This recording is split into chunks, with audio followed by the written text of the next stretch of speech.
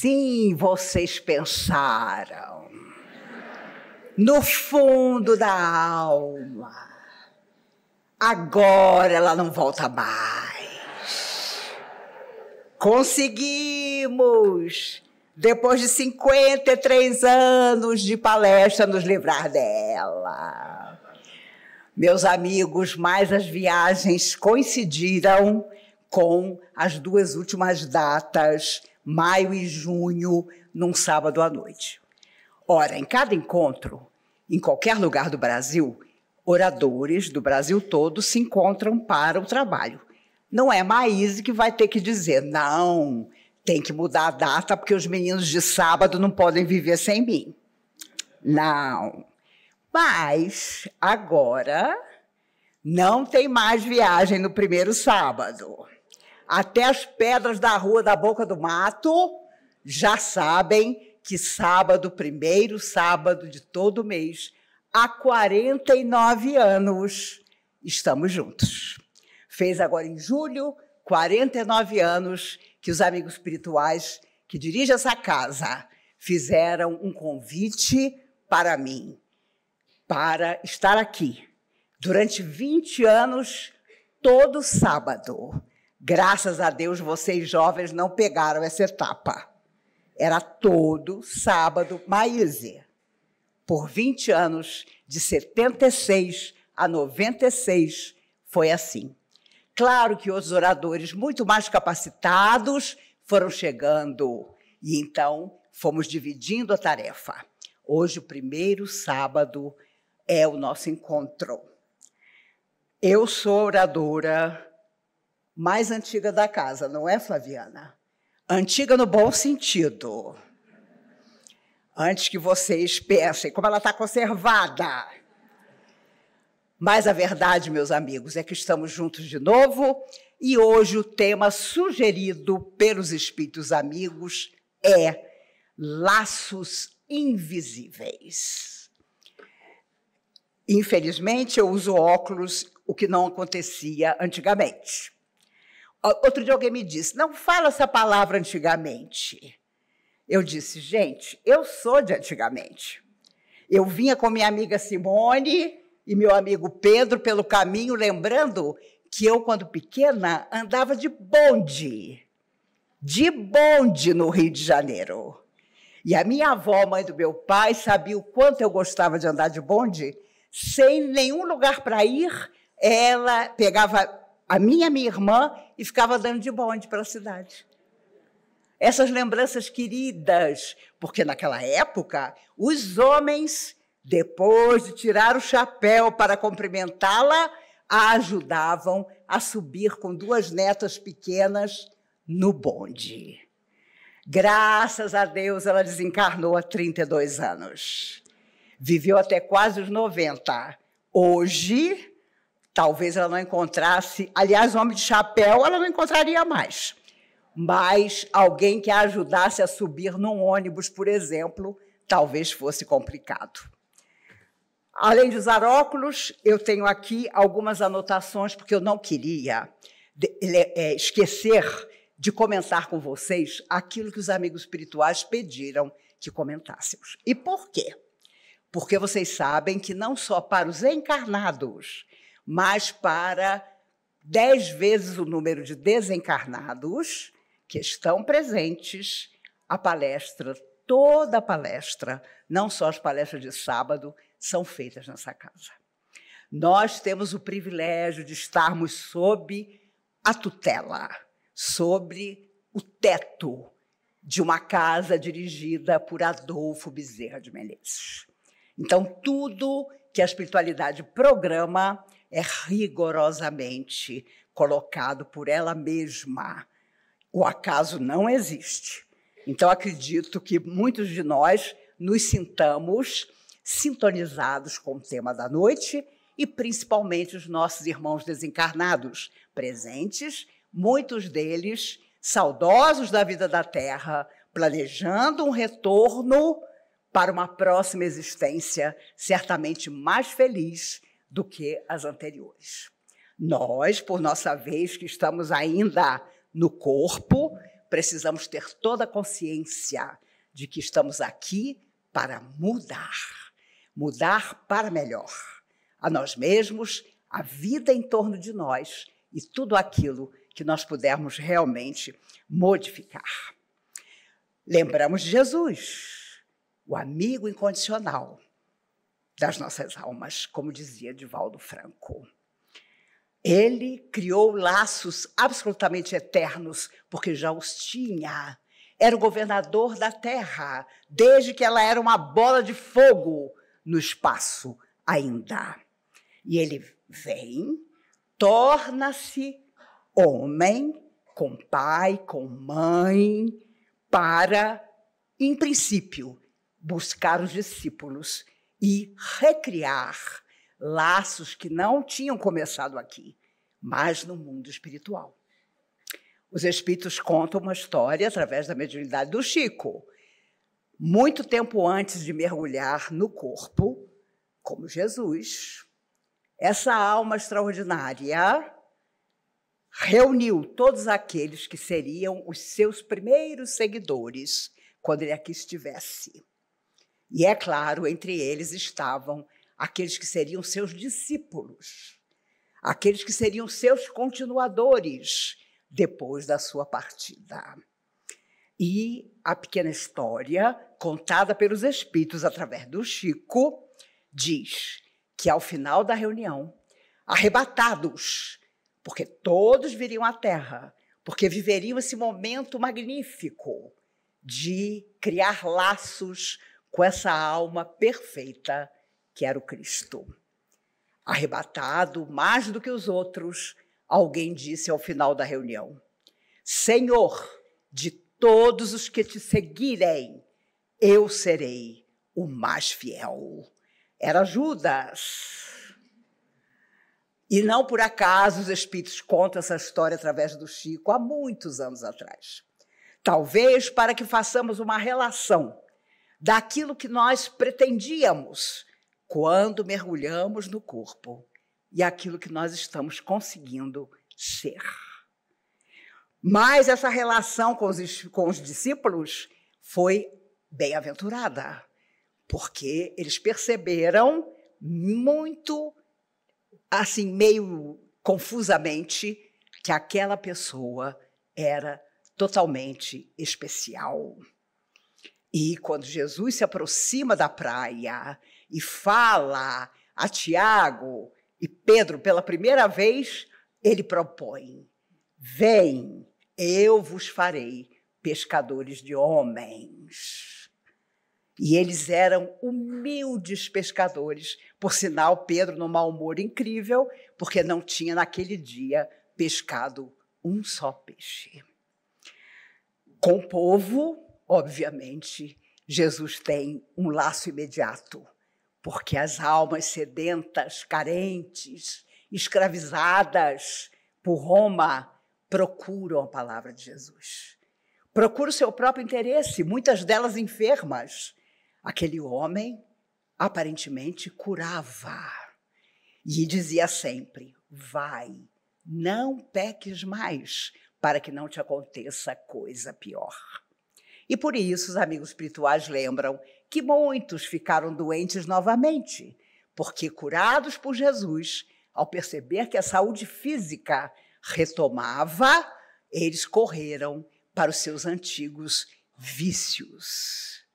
E aí, o desequilíbrio trouxe a enfermidade novamente. Os enfermos do corpo e da alma eram os queridos de Jesus. Ele fez questão de estabelecer laços de compreensão, de esclarecimento a todos aqueles que o procuravam. Laços eternos, porque nós estamos atrás dele até hoje. Lembram-se, amigos espirituais aqui do sábado à noite, já nos contaram que muitos de nós, enamorados da doutrina espírita de hoje, ouvimos da boca do próprio Cristo o sermão da montanha. E estamos aqui até hoje. Então, ninguém precisa ser vidente colocar carta, runa, para nos dizer que alguma coisa deu errado. Porque toda a nossa caminhada poderia já ter cessado no planeta Terra. Se nós ainda estamos aqui, é porque deixamos de realizar coisas fundamentais para a nossa evolução. É importante lembrar que a nossa emoção nos governa. E por isso os laços que vamos criando são do nosso interesse. São as afinidades, mas também as perseguições que nós causamos e que hoje nos procuram, tentando abalar o nosso destino. A nossa emoção governa o nosso pensamento, a nossa palavra e, consequentemente, a nossa atitude. Somos o passado em forma de presente, nos lembram os amigos espirituais. Viemos mais uma vez ao planeta numa época complicadíssima, em que parece que o mal está lutando para nos convencer de que ele é que vai dominar o planeta. E nós sabemos que, aparentemente, em minoria, nós que estamos ao lado das forças do amor, venceremos. Provavelmente não nessa existência, mas mais para frente. Eu costumo sempre dizer aos meus amigos que, quando eu desencarnar, eu terei uma grande vantagem. Eu não vou olhar para trás, porque eu não vou estar deixando um planeta de luz, um planeta em que as coisas dão certo, em que não há intolerância, que não há preconceito, que não há escravidão, que não há fome, que não há as necessidades mais prementes provocadas pelos homens ainda. Sem dúvida, nós não vamos olhar para trás. Vamos dar uma descansada e, quem sabe, voltar. Eu tenho um plano que não sei se vai dar certo. Ficar 800 anos embaixo de uma mangueira e quando aqui na Terra, inclusive eu, formos pessoas que não precisarmos de religião, mas cujo bem que fizermos é que nos tornará diferentes, então aí vai valer a pena voltar. Quanta gente eu conheci ao longo da caminhada na doutrina que me dizia: eu tenho certeza que eu estou no planeta errado. Foi um equívoco. Eu não tenho nada a ver com a Terra. Nós temos tudo a ver com a Terra, porque a energia dela, por incrível que pareça, é a nossa escola, é o nosso hospital. Ainda há afinidade de nossa alma com tudo em volta.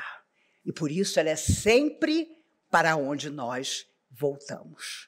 Porque voltam também os nossos amores, voltam os nossos inimigos, aqueles com quem forjamos laços que eles não pretendiam, mas muitas vezes fomos nós que fizemos questão.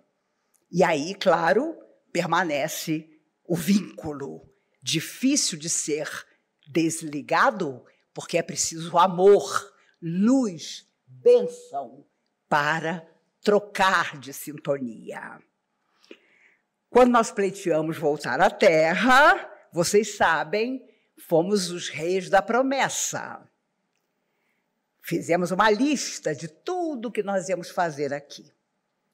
Claro, os amigos espirituais, na intenção de nos ajudar, de reforçar o nosso destino, concordaram conosco. Mas os laços que nos trazem de volta à Terra e os novos laços que nos garantem o futuro, muitos deles foram organizados antes de estarmos aqui, antes de mergulharmos na carne. E olha, não sei como vai ser para frente, porque vocês sabem que as pessoas não querem mais ter filhos, por exemplo. Na Europa, ninguém mais quer ter filho. Eu tenho amigos que moram na França. Se você quiser chatear uma mulher francesa, é dizer que ela tem que ter um filho, porque está todo mundo distante dessa possibilidade. Então, não sei como será para que voltem tantas almas que ainda precisam de um estágio na Terra, inclusive nós mesmos. Revendo o nosso passado, com certeza alinhamos não só os familiares que teríamos, mas os reencontros com amigos, com amores, com aqueles que nos encontrariam. É todo mundo que faz isso? Não. Tem gente que não tem condição de fazer, não tem equilíbrio, não tem discernimento, mas precisa voltar. Então, os mentores daquela alma organizam, de certa forma, por um período, o seu retorno. E, claro, existe a aprovação da própria pessoa que quer voltar. É como você precisar muito de alguma coisa para a qual você não tem condição. Então, você topa tudo, você aceita toda ajuda, porque você quer voltar. Eu me lembro de uma vez, uma amiga dizia para mim, é impossível, Maíse, que eu tenha pedido todas as tristezas que eu já vivi na minha vida. Não é possível que eu estivesse em condições normais para pedir tantas lutas. E um amigo espiritual ao meu lado disse, ela não pediu, ela implorou, de joelhos, em lágrimas copiosas. E ainda assim, o que ela vive hoje é muito menos do que ela fez os outros atravessarem. Por isso, os espíritos dizem que quando nós não quisermos criar laços com alguém, simplesmente deixemos esta pessoa seguir e nós vamos seguindo para o outro lado, se for possível. Porque uma vez ligados, para que nos desliguemos, será preciso amar, renunciar, servir, entender coisas que muitas vezes a nossa alma ainda não quer. Os laços que nos buscam não são só os de equilíbrio, são os de perturbação também. No processo da obsessão, como conhecemos dentro da doutrina espírita, aqueles que foram os nossos adversários nos encontram, muitas vezes, onde quer que estejamos, se nós ainda formos por dentro aquilo que eles sabem que nós ainda não conseguimos superar. Nas escolhas mentais que fazemos, todas têm consequência. Se você pensa muito numa determinada coisa, ela passa a ser uma espécie de filme que te acompanha. E há pessoas que vivem processos mentais tão graves que, quando desencarnam, elas não precisam ir para uma região de sofrimento. Elas são o próprio sofrimento. Porque, como um filme, aquilo que elas não conseguiram superar permanece com elas. Como fantasias, como loucura, como um processo que elas não puderam transformar para melhor. Então, se eu creio que sou imortal, que eu vou sair da morte muitas vezes, da vida não vou sair nunca, eu tenho que, desde hoje, estar vivendo um equilíbrio que vai me acompanhar fora da matéria, depois que eu desencarnar, que é como se diz. Eu lembrei agora do Ariston, um orador amigo que já desencarnou há bastante tempo. Ele fazia um trabalho maravilhoso junto a famílias necessitadas. E um dia ele chegou num dos lares que ele ajudava e a senhora, dona da casa, disse, ô, seu Ariston, o meu marido desossou. E aí, querendo corrigi-la, o Ariston disse a ela, não, minha filha, não se diz desossou, é desencarnou. E ela, muito tranquila, repetiu, não, ele era tão pele e osso que ele desossou mesmo. E ela convicta de que ele tinha desossado e não desencarnado. E o Ariston contava essa história, acontecida já há muitos e muitos anos, e eu nunca me esqueci disso. A lógica que a pessoa tem mesmo com a falta de conhecimento. Ela não tinha a palavra desencarnar, mas ela tinha visto o marido deixar o corpo numa situação de enfermidade muito grande e, naturalmente, ela considerou que ele tinha desossado. Nas doenças buscadas por nós, também existe o laço que nós não conseguimos vencer. Quantas vezes você diz à pessoa, olha, não é por aí. Olha, se eu fosse você, eu agia e pensava diferente. Olha, eu vou dar minha opinião. Eu acho que você precisa modificar nisso e nisso. A pessoa fica irritada. A pessoa deixa até de falar com você, porque ela quer aquela situação da doença, da impossibilidade, da tristeza, do reclamar, do achar que Deus não existe, que tudo veio contra ela, que ela não pode sonhar, porque ela já sabe que não vai dar certo. E para isso é muito difícil. Quando a pessoa se sente confortável numa situação que ela poderia mudar, mas ela simplesmente não quer. Por isso os espíritos lembram que o querer é a grande força do nosso destino. E o amor, a força maior que domina toda a nossa relação com o nosso semelhante. E um dia, com certeza, vai dominar o mundo. Por enquanto, o mundo, em muitos locais, atravessa situações dolorosas, difíceis da gente enxergar pela televisão. Porque há pessoas no mundo inteiro que detêm o poder relativo e que poderiam transformar o destino de milhões, mas não fazem isso. E Jesus sabia tanto desse detalhe que afirmou categórico: a cada um segundo suas obras. Nós vivemos dentro de um laço mental que nos acompanha em toda parte. E não há aqui ninguém, encarnado ou desencarnado, que não saiba disso. Porque tem dia que você já acorda sentindo que há uma influência, um laço que durante as horas de sono chegou até você e te torna tristonho, né? E você ainda é jovem, porque chega uma idade que quando você se olha no espelho para escovar o dente, você dá graças a Deus de estar ainda na frente do espelho. Porque, por generosidade, as pessoas dizem: nossa, não parece que você tem essa idade. Não acredite nisso. Não acredite, ainda mais se for homem. Homem é o tipo da pessoa que... Eu não posso me esquecer.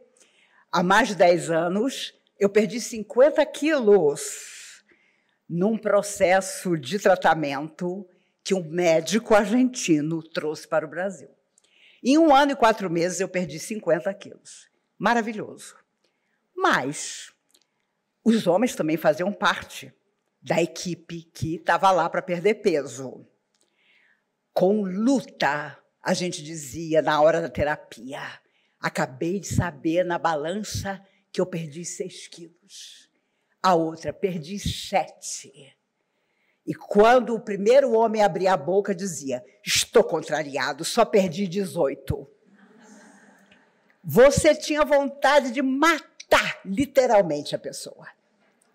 Os homens têm uma facilidade de perder peso impressionante. Mas não tenho vontade de voltar homem na outra vida, não. Não vale a pena. Porque eles lutam com muita dificuldade. Nossa Senhora! Os rapazes de hoje, então, meu Deus do céu. Eu não queria estar na pele deles de jeito nenhum. Porque eles são levados, muitas vezes, a se apaixonar por mulheres maravilhosas, mas alguém diz a eles que eles precisam ser maravilhosos também. E aí, pronto, cria-se um laço de compromisso da pessoa com ela mesma. Será que eu sou maravilhoso? Será que eu estou de acordo? E aí começam as dificuldades. Dificuldades interiores, dificuldades da matéria, que nada tem a ver, ou tem, com nossa alma, que busca o processo da evolução tão necessária. Albert Einstein, na década de 30, deixou a Alemanha porque, judeu que era, percebeu que não viveria para continuar a tarefa que ele sabia que tinha. E foi acolhido na Inglaterra. Tudo lhe foi roubado, todo o dinheiro que ele tinha, os títulos que ele já havia recebido, enfim, ele teve que sair correndo e nunca mais voltou à Europa. Morreu em 1955, dentro do seu gabinete de trabalho. Mas era um gênio que trouxe ao mundo, do mundo espiritual, a teoria da relatividade. O que aconteceu?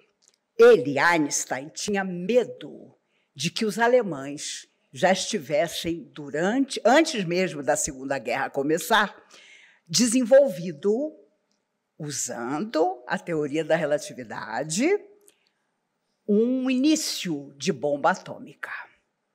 E com esta preocupação, ele escreve ao presidente americano para falar da sua tortura interior e o desejo de que não fosse parar na mão de Hitler, uma pessoa absolutamente alucinada, este fazer da bomba atômica. Com isso, ele praticamente autoriza emocionalmente que os americanos corressem para ter uma bomba atômica, o que realmente aconteceu. E vocês sabem, o mundo nunca mais foi o mesmo, nunca mais dormiu em paz desde que a bomba, em 1945, é jogada sobre Hiroshima no dia 6 e depois, no dia 9, sobre Nagasaki. Mas ele viveu a tortura até a sua morte de não ter esperado, porque, no fundo, os alemães não tinham nada, não tinha a mínima possibilidade de desenvolver uma bomba atômica.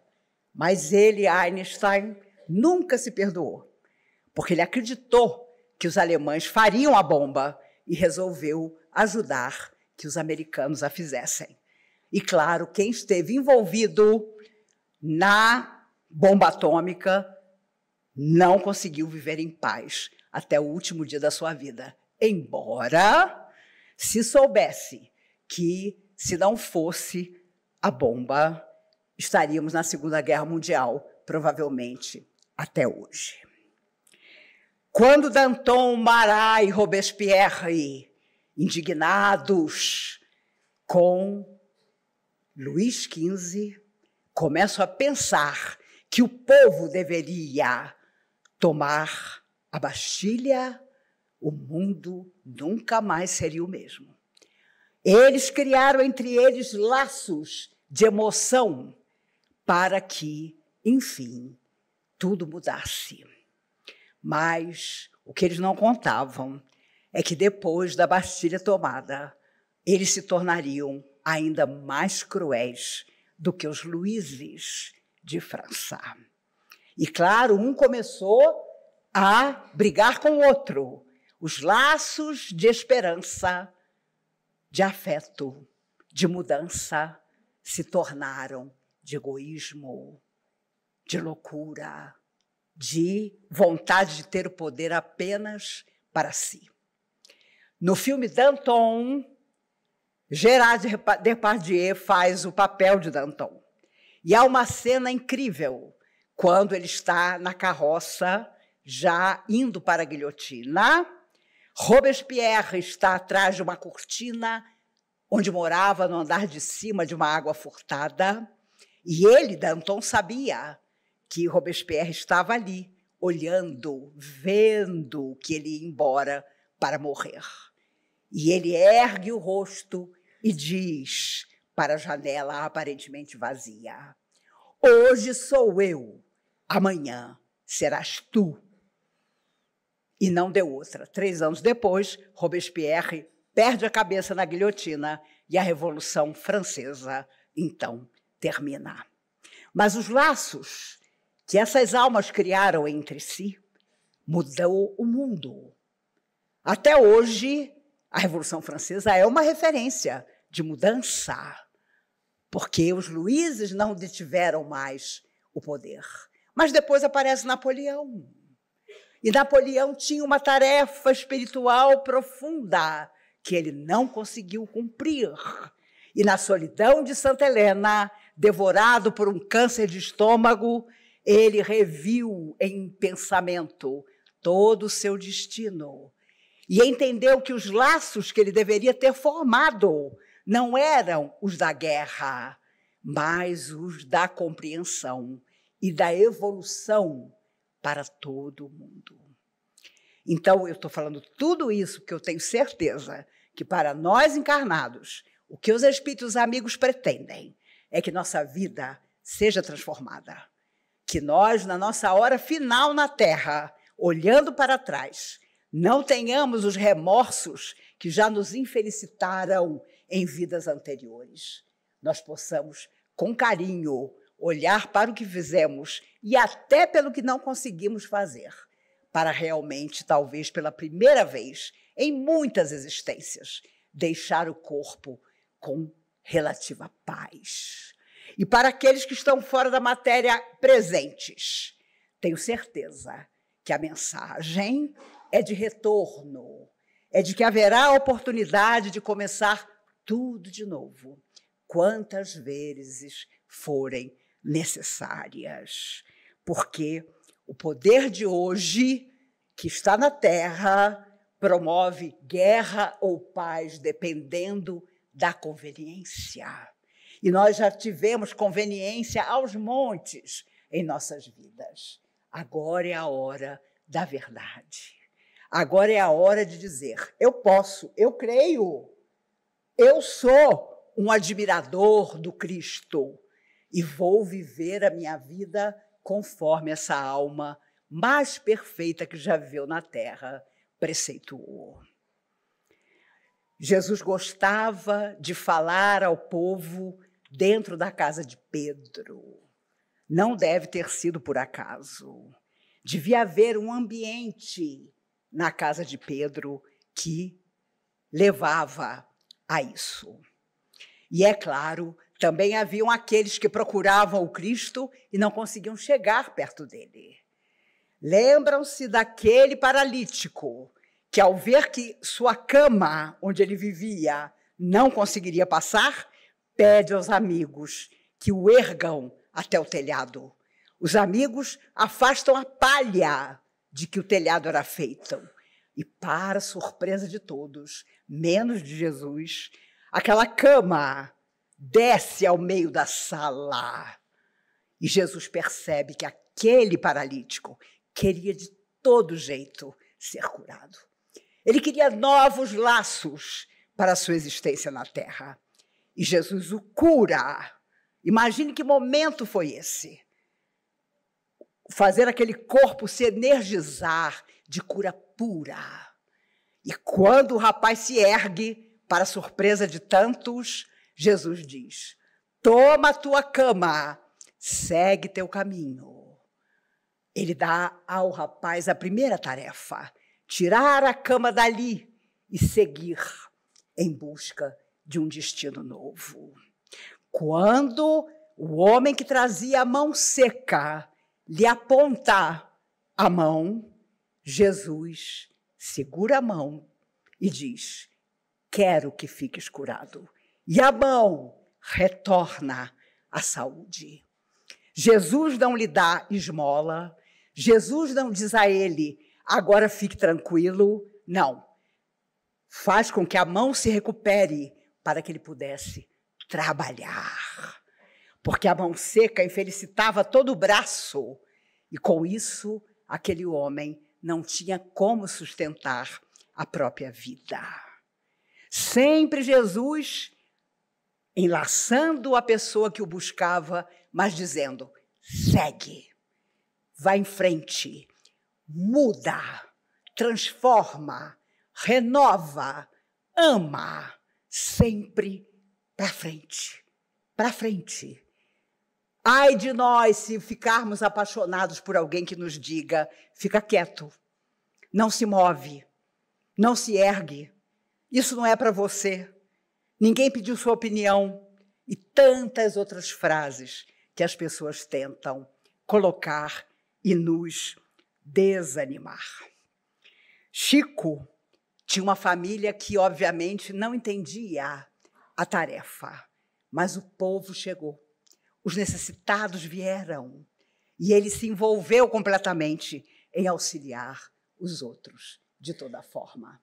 Deixou mais de 400 obras psicografadas na terra para nos dizer que bastava simplesmente caminhar. Às vezes, na nossa família, sofremos incompreensões. Pessoas não entendem determinadas atitudes ou escolhas que nós fazemos.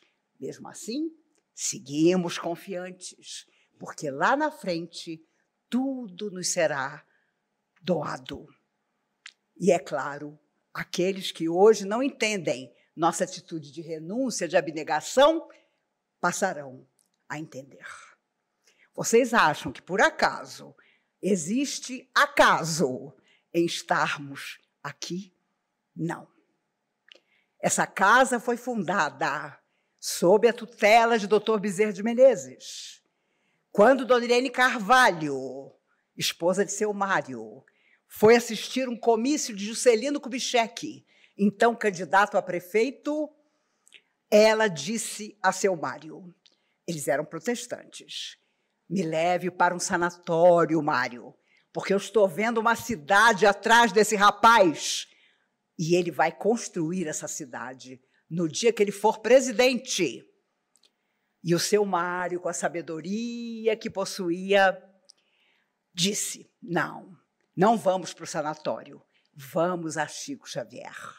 E quando eles entraram na sala onde Chico estava, Dr. Bezerra de Menezes incorpora no Chico. E chama os dois para propor a seu Mário que viesse para Brasília e abrisse uma pequena porta para vender martelo, serrote, prego, tijolo, tudo que aquela futura cidade precisava ter. Era 1957. No final desse ano, eu corri e nasci. Eu digo sempre que 57 é o ano daquelas pessoas que, meu Deus, deixa eu ir, antes que comece a década de 60 e venham as transformações, que, na verdade, realmente aconteceram. E durante toda a vida, seu Mário, até a morte em 98, foi presidente dessa casa, e Dona Irene, a orientadora através de quem? Os mentores maravilhosos davam orientação. A comunhão não cresceu de um ovo. Brasília inteira passou a conhecer a comunhão, porque as pessoas de todas as classes sociais chegavam desesperadas e era um Bezerra de Menezes, um Dias da Cruz, um Caibar Schutel, que orientava. Só da época que você chegava aqui e você recebia uma orientação de Dr. Bezerra de Menezes com as mediunidades que você possuía. A comunhão não tinha orientadores. Era através dela que os amigos espirituais conversavam. E, olha, nunca escutei de sua boca, até quando ela morreu aos 95 anos, nada que os espíritos dissessem que não fosse a mais absoluta verdade. Porque quando, no nosso coração, o laço começou muito antes da nossa vinda à Terra, nós somos simplesmente os fiéis representantes da vontade daqueles que, desde o primeiro minuto da nossa existência, nos ampararam e nos abençoaram. Um dia, do outro lado da vida, olhando para trás, nós vamos ver quantas vezes, no último minuto, na hora final, a solução surgiu. E era uma solução enviada pelas forças maiores. E nós, erroneamente, pensamos que fosse coisa da nossa própria vontade. Meus amigos, Divaldo Franco partiu em 13 de maio último, aos 98 anos, o tribuno por excelência, retornou à verdadeira vida.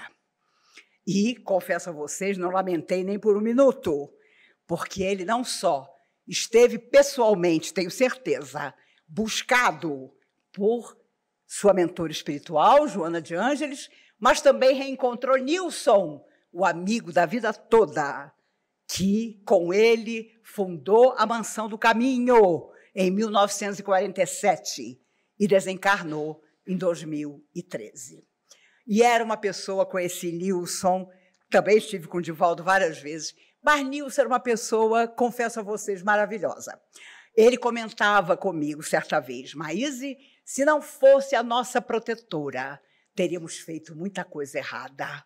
Mas nos momentos em que, aparentemente, as pessoas em quem confiávamos desapareciam, ali estava ela a nos dizer, vamos por aqui, porque a tarefa precisa continuar. E nós temos, cada um de nós, os nossos protetores, aqueles que os nossos amigos católicos chamam de anjos da guarda, e que, na invisibilidade, nos amam, nos apoiam, estão sempre conosco. São laços que vêm de muito tempo e que vão permanecer, enquanto nós, por nossa vez, não caminharmos por nós mesmos no processo evolutivo. Meus amigos, eu tinha um canal no YouTube que levava o nome de Café com Maíse, de Minuto com Maíse, mas o canal não era meu e ele foi extinto. Me deem um tempo para que, nos próximos meses, eu possa pensar em estar novamente no YouTube. Vocês sabem que não é uma coisa assim de todo o meu coração. É uma necessidade nos dias de agora. Mas confesso a vocês que às vezes me parece difícil. Embora nas viagens eu encontre um monte de gente que me diz, olha só, nossa, eu passo a pilha de roupa que eu tenho em casa ouvindo você. Eu lavo louça ouvindo você. Não me esqueço de uma senhora que trouxe a filha de 10 anos e disse para a menina, apontando para mim, adivinha quem é ela? E a menina, na sinceridade de quem não tinha laços para parecer educada, é aquela chata que você ouve o dia inteiro. E eu imediatamente disse à moça, minha filha, você anda me ouvindo demais. Dê mais atenção à sua filha. Mas como o Minuto com Maíse e o Café com Maíse desapareceram, vocês não imaginam quanta gente, e é isso que vale tudo a pena, entrou em contato no Instagram da minha filha para perguntar o que tinha acontecido comigo. 2 crianças me chamaram a atenção e comoveram a Mariana, minha filha. Uma menina, Luísa, de 12 anos, pensando que tinha me acontecido alguma coisa, que eu não estava bem de saúde e por isso o canal tinha saído do ar. E o Rafael, um menino de 8 anos, que pediu para a mãe passar o celular para ele e disse para minha filha, oi, Mariana, eu sou o Rafael, tenho 8 anos, estou preocupado com a sua mãe. Sua mãe está bem? Olha, meu Deus, de repente você diz, obrigado, Senhor. Obrigada, porque as crianças que estão voltando do espaço para a Terra estão afinizadas com Cristo. Estão certas de que o que você fala para o bem permanecerá. Eu me lembrei de Dr. Bezerra de Menezes, que me disse certa feita, minha filha, um dia você vai entender que começar cedo foi um privilégio. E foi mesmo. Eu já estou falando para a 4ª geração. E essas crianças que sentem falta da sua palavra, têm a sinceridade do Rafael que disse: eu durmo ouvindo a palestra dela. Gente, eu me lembrei do meu pai, que cantava para mim e para minha irmã o Boi da Cara Preta. Hoje, mais evoluídos, avançados, os laços que essas almas trazem do espaço são para ouvir uma palestra quando dormem. Que coisa linda! É essa geração que vai mudar esse planeta, tenho absoluta certeza. E nós seremos os netos, bisnetos desses que estão chegando e vamos ajudar a mudar tudo isso. Meus amigos, eu viajo para o Maranhão, meninas que estão presentes do Maranhão, depois do dia 12 de agosto, viajo para o Maranhão e encontrarei Raul Teixeira para fazermos a viagem dos sonhos, viajarmos pelas pequenas cidades do Maranhão falando de Jesus e da doutrina espírita. É uma honra para mim que Raul tenha me convidado para isso. Depois eu volto 5 dias na Paraíba, em João Pessoa. Depois eu volto 8 de setembro, 21 dias no Rio de Janeiro. 15 palestras. O Rio de Janeiro está necessitado. É a minha terra e eu posso dizer, os cariocas estão precisando. Depois outras viagens, outubro, novembro, dezembro, mas não se preocupem, todo primeiro sábado do mês estarei aqui. Dia 8 de setembro, viajo, mas no primeiro sábado de setembro, aqui nos encontramos. Na verdade, guardei para nós uma frase de Emmanuel, do livro Fonte Viva, através da mediunidade do Chico. O problema fundamental da nossa paz é justamente saber se vivemos em Jesus tanto quanto Jesus vive em nós. Que resumo extraordinário dos laços mais verdadeiros que nós devemos ter.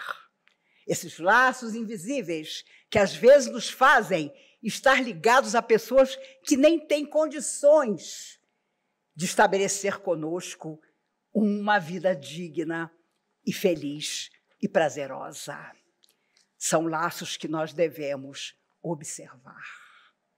Se nos fazem mal, cortemos os laços que nos impedem de seguir rumo àquilo para o qual nós todos fomos criados, a nossa felicidade. Eu lia a biografia de Getúlio Vargas recentemente, e ele disse à filha, na madrugada em que tiraria a própria vida: não se preocupe, estou muito bem. E claro, não estava.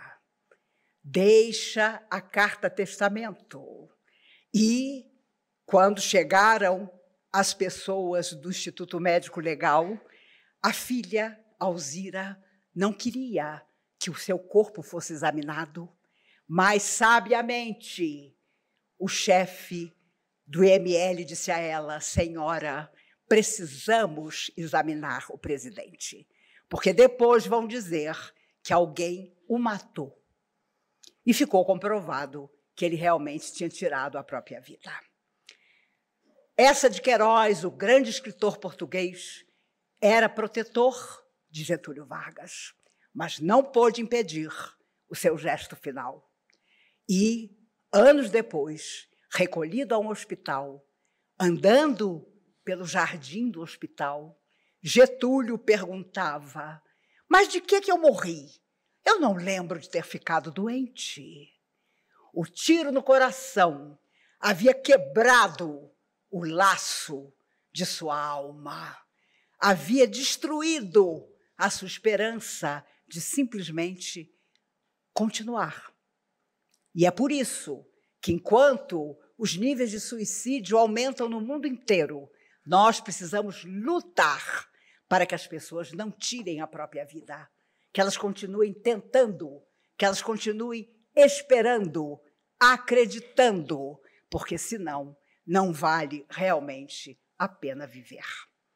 Obrigada a você que esteve em 7 de maio da Biblioteca Nacional, quando eu e Mariana, minha filha, lançamos o livro que fizemos juntas, Aquele Tempo Entre Nós, em que eu conto, de forma suave, mas verdadeira, o que eu passei há 3 anos atrás com grandes dificuldades de saúde, e ela, como psicóloga e filha, também conta a parte dela. Foi maravilhoso ver pessoas que me disseram: eu não sabia que a senhora morava em Brasília. O senhor não sabia? A maioria jovens. Não, eu nunca fui a uma casa espírita. Eu lhe conheço pelo YouTube. Então, meus amigos, não tem jeito. A coisa das redes sociais, se bem colocadas, se bem orientadas, não tem fim. Daqui para frente é tudo. Mas confesso a vocês, a inteligência artificial me dá medo. Porque eu já não sei mais se o que eu vejo na televisão é de verdade ou não é. E vai chegar o dia, já estou avisando com antecedência, que a coisa vai ficar tão complicada, talvez, que eu vou dizer, com Alta de Souza, sem jamais me comparar a ela, quebrei meus laços e vai ser a hora de ir embora. Gente, outro dia eu vi um desenho animado que sou eu. Alguém fez um desenho animado para contar uma história que eu contei numa palestra. Aí, primeira coisa, fui ver se a pessoa tinha me colocado muito gordinha.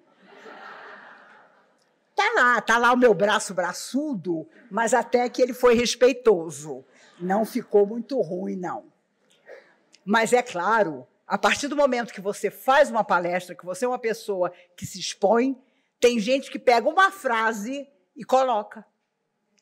E eu sempre fico de olho para saber que a pessoa colocou a frase, está usando a frase para atrair público para o canal dela, mas ela não adulterou aquilo que foi dito. Nós vivemos tempos assim, em que laços íntimos, pessoais, tão profundos, são aqueles que a nossa alma escolhe ter. E o resto do mundo corre atrás de você, provocando, às vezes, laços que você não desejaria ter.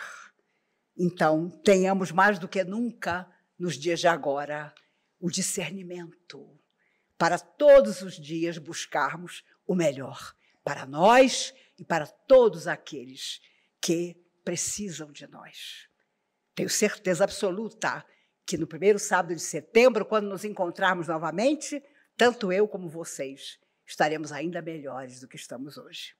E os nossos irmãos desencarnados voltem aos seus locais de trabalho e de bênção, com a certeza de que um dia vamos simplesmente trocar de lugar. Vocês virão para o corpo, nós vamos sair dele. A cada um segundo suas obras. Nossa amiga Cristina, que nos dirige, foi aproveitar o casamento da sobrinha com o marido e ainda me ligou justificando sua ausência. E eu falei: Cristina, minha filha, aproveite essa viagem maravilhosa. Precisamos ser felizes. Teremos Flaviana, e olha a Flaviana aqui. Temos Guilherme hoje, representando todo o lado masculino da nossa plateia.